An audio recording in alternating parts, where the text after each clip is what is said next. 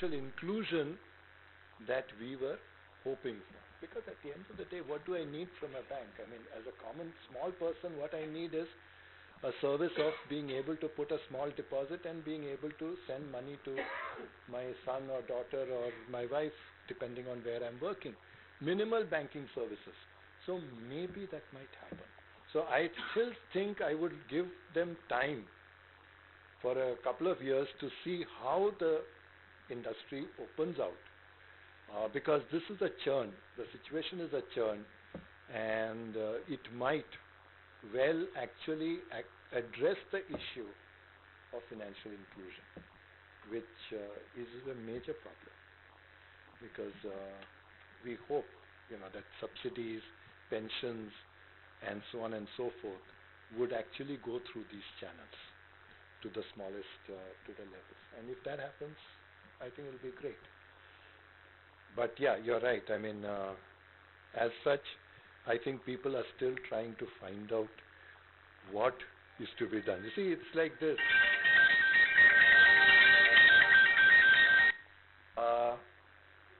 If I have been in chains for 60 years and suddenly you remove the chains, I don't even know whether the chains have been removed or not.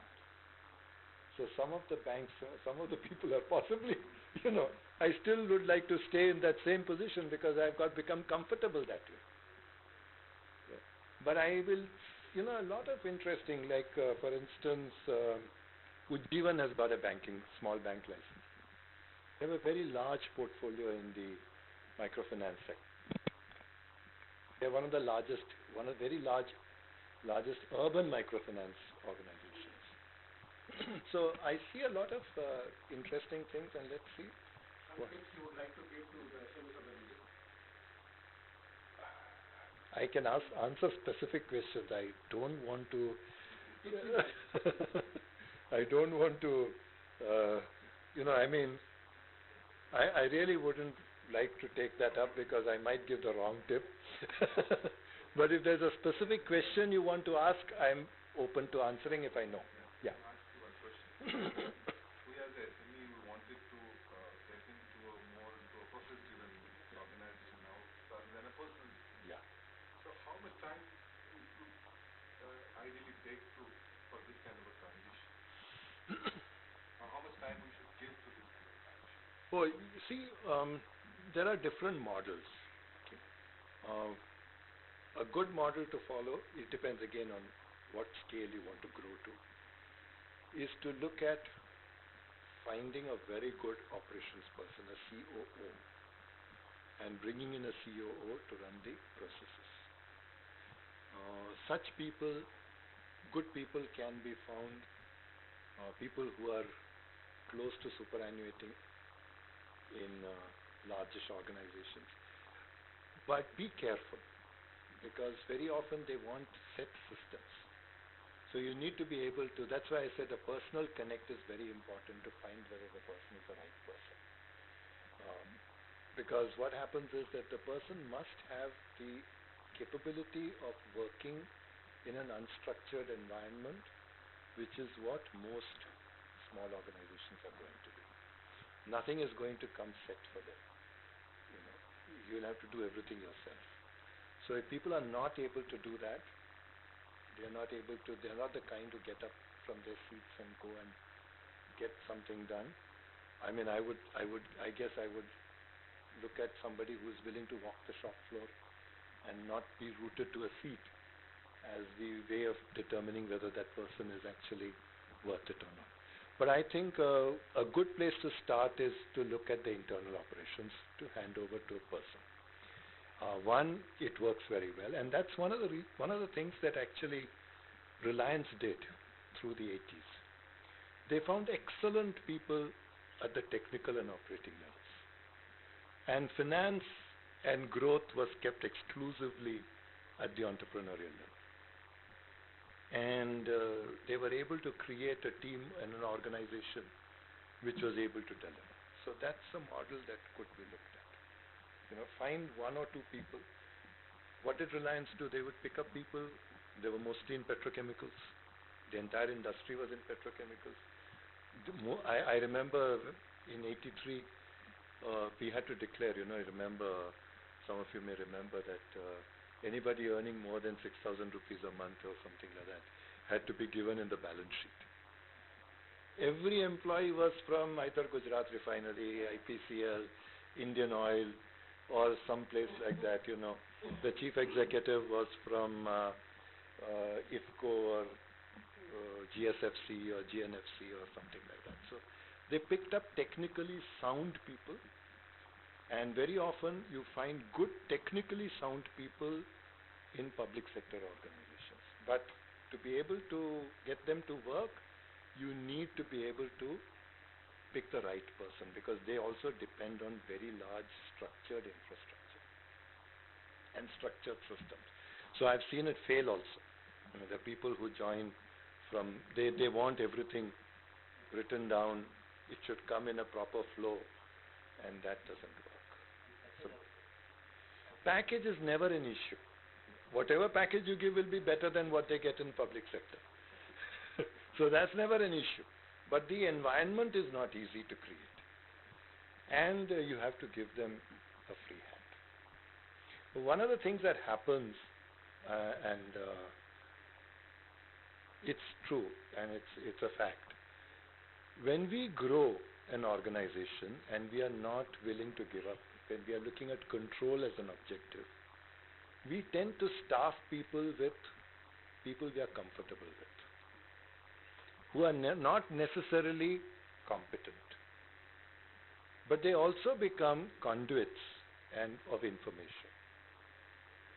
Now what happens is, when you start building an organization that way and want to transit to a professional organization, then consciously you will have to stop that information flow or ignore that information flow and allow the professional a window of opportunity to make changes. And for that, the founder will have to back the professional for a period of time, till they are convinced that it's not working. So that is a transition that has to be made. And people have done that. In fact, I am, in a way, seeing that in an educational institution, which was very entrepreneurial, now trying to professionalize. And the founder is actually giving support to the people who are making the changes to say, I'll back you.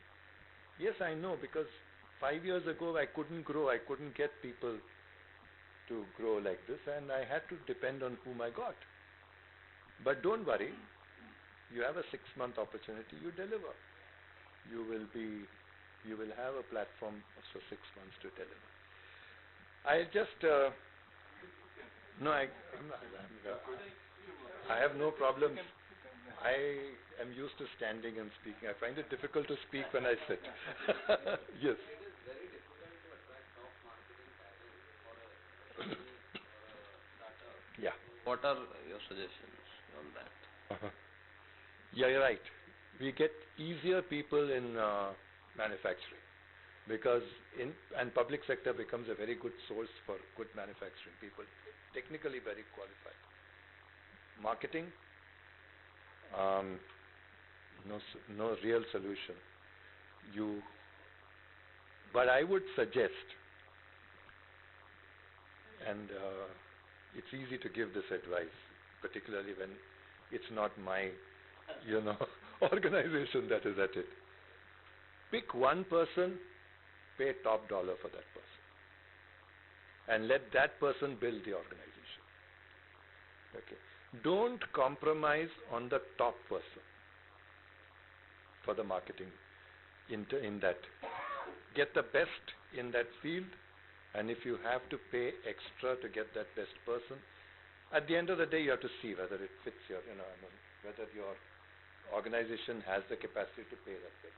My observation is, getting inferior person at that level, still paying a high salary, is not a good idea. Not only do they not deliver, they don't allow bright youngsters to come in, because they are insecure. they are insecure. So they will actually stifle the organization. It's much better to get a professional, but very, very clear. You have a window, you have an opportunity, 12 months, this is what you have to deliver. If you don't deliver, you're out. Be very clear about it, because that's the way professionals work. And as long as they have clarity on both sides, that is the only, I mean, I'm not saying that that is a good solution, but that performance, but don't hesitate to pay the right price for the right person. And but then you have to see in the larger context whether that price is worth it or not. You know, I mean, I always think of this as an example. The vegetable vendor, and I'm talking of an example which is, you know, I observed it a long time back. So prices have changed. But let's say the vegetable vendor goes to the mandi at 5 o'clock in the morning. He borrows, 1,000 rupees or 2,000 rupees or 3,000 rupees at an astronomical rate of interest. In the old days, and I'm talking of 1983 or 84, he would borrow 100 rupees by first paying 10 rupees. And then he has to return 100 rupees at the end of the day. And the money lender who is to lend to him would sign on that note. That's why you will see some 100 rupee notes without the RBI, with signatures other than the RBI governor. So that he doesn't return the same note to you. Right? At the end of the day, he returns it. Why does he never complain about interest rates? It's an astronomical 3,000% interest. Because for him, it's not interest rate. He buys vegetables for 100 rupees, he sells it for 150 or 160 rupees. That 10 rupees he has taken in his stride. It's just a cost of doing business. So you have to start thinking about wages for the right people as the cost of doing business. If that person delivers 100 crores, it's worth paying him 2 crores. Let him deliver 100 crores of profit. If he doesn't deliver, then of course, then we have the wrong thing. You know, so I've always got this in my mind, you know, that vegetable vendor is the reference point for us on what we should be willing to pay. He's not even, you know, educated. He's uneducated. But he doesn't look at you. Ask him what is the interest rate. He'll have no idea. You know, as an economics student, I would go, oh my God, 3,600% interest. He's willing to pay that. He's not looking at it. He's looking at cost of business. I don't have the 100 rupees. I need that 100 rupees to buy vegetables. Yeah. So I think you need to look at hiring people as the cost of doing business. I just want to spend 2 minutes because I've prepared a presentation. I must show it to you.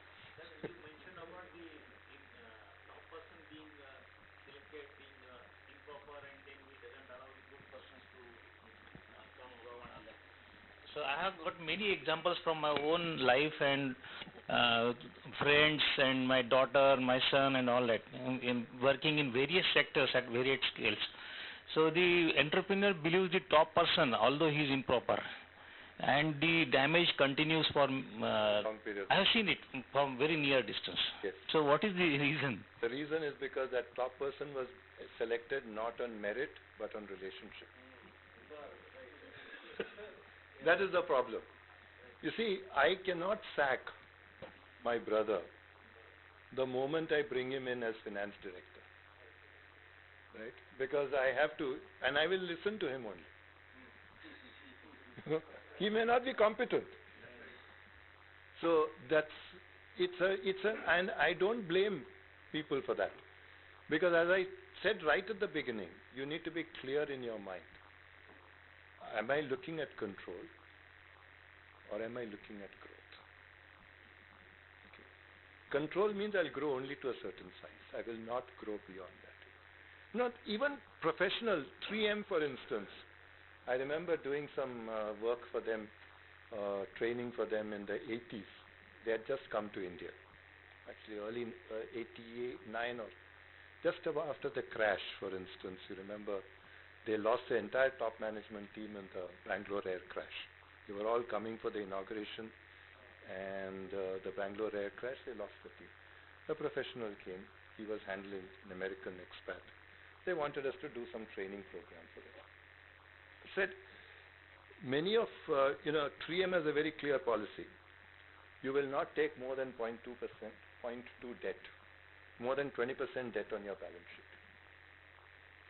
That's a very clear policy. So they said, a lot of their youngsters were saying, we can grow, we have got a market for this product, we have got a market for that product. But the point is that it's a clear policy that they have. So you need to be, when you start bringing in people, when you start growing, you need to have very clear policies on certain dimensions. One of those is finance. And one of the things that we find is little more conservative financial policies. Not too much of debt, little more equity, little more retained earnings. And we see that as things which are important. It's the same thing with looking at people. When you start looking at people, the policies need to be very clear. I just want to, partly because I thought, this is more as a message to I think governments must care about entrepreneurship. That's important. Okay? Partly because innovation is linked to growth. And there's a strong connection between technological progress and economic prosperity. This has been established. There are two ways to increase the output of an economy: increase the number of inputs into the productive process, or developing new ways to get more output from the same. And that's where innovation can help. Change from adding more inputs to change the way inputs are used. And that's an important. And the relationship between innovation, new scientific, and incremental change is how businesses work and economic development happens. So this is an important part, and that's the reason. And I think one of the governments which has very systematically supported this is the government of Singapore. And one can see that. So what are the, why is it important? Because new ventures spur innovation, and size, age, and innovation of firms, in fact, small firms are, that's what we observe. Schumpeter's hypothesis of large firms having an advantage in innovation is untenable. If you look at biotechnology, you look at the internet, today what is happening in the mobile space, it's people who are just 2-3 people who are developing apps and selling it to Airtel or selling it to Vodafone or so on and so forth. In the biotechnology space, it's a company with 5-10 people. Genentech was a very small company in terms of number of people. But you have patents, you have research, you have developed products, and you are big. First and most important reason why government needs to support is because the first firms in this field have a very, very difficult. First firms in any new field have a very difficult time. And they create, see, the 100th firm in that field will easily get finance, easily get people.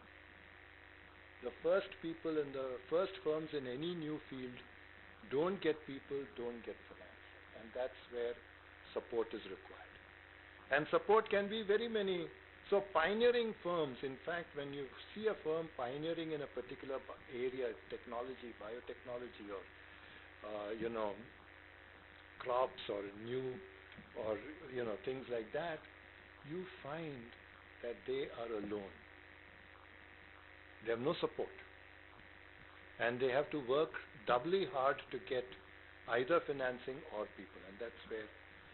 So government can solve issues of regulatory uncertainty and problematic judiciary.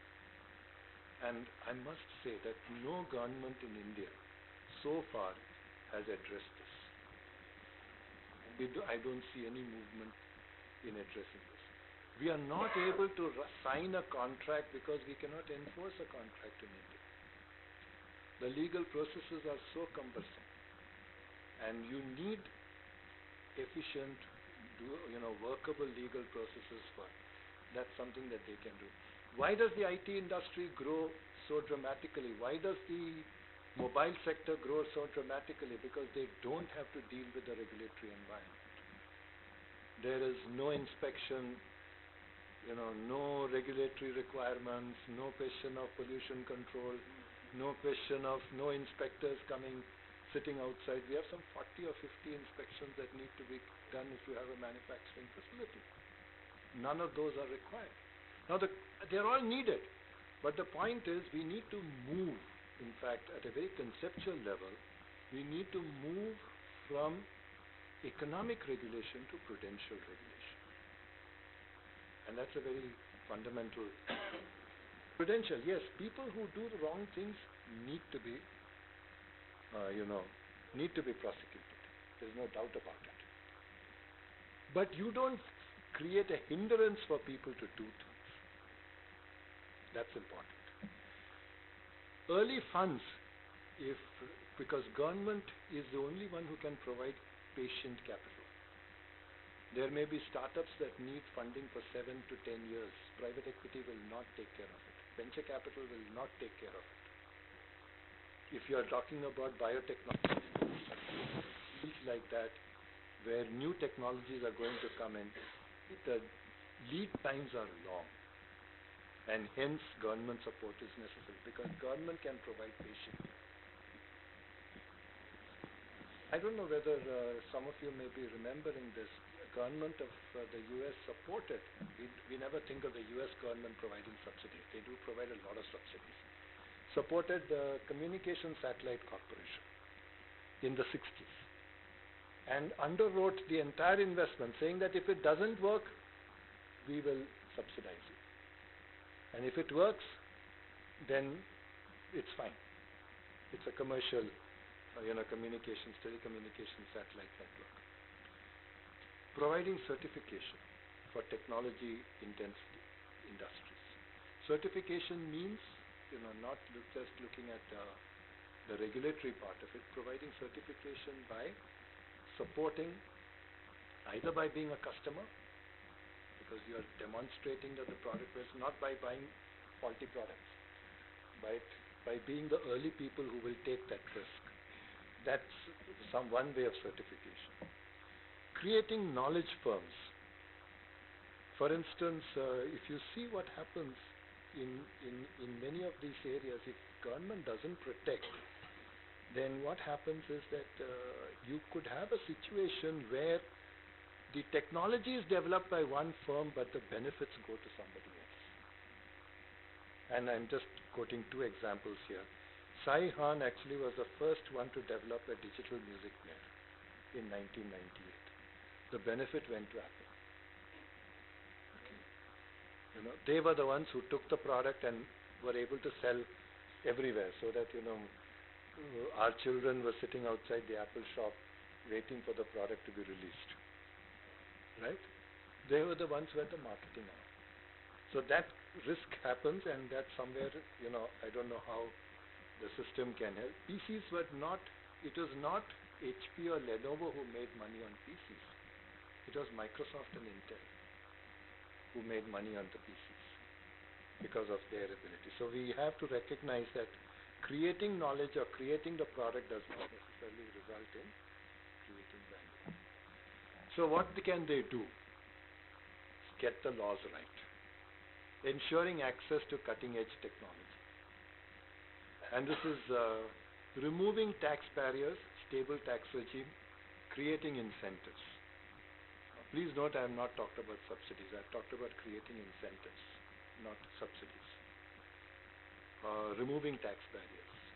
Today we are now facing a situation where we don't know whether, suddenly you may get a claim that sometime in 1993 some tax was due. So we are moving into that situation, and we are not, and that people run away from investing in such environments. Address the issue of high cost of land. High cost of land, I don't know how you can do it, maybe you run factories like they run in Bombay. Private factories, small factories. You create that facility and hire it out to the people. I don't know. I mean, I really don't have an answer. I have a problem that the cost of land is very high. For a young entrepreneur to start today, one of the biggest drawbacks is traditional land was to be available from GIDC or other companies. Now those are not as readily available, and the cost of land is very, very prohibitively high. And there is a lot of land being ordered by people who have just kept it 20 years, 25 years. Yeah. Maybe they should be asked to disgorge it. They are not doing for years. Yeah, maybe they should be asked to disgorge it, because technically I was given to understand, this is what a lawyer told me, that all land in this country belongs to the government. Okay, I don't know whether that's true or not, that even though I have the khata of my small plot in Bangalore, I am not the owner of that land. I am the owner of that land at the mercy of government. So I'm sure the government, if they want, they can say that you have not used it in 25 years, you might as well give it to somebody who will.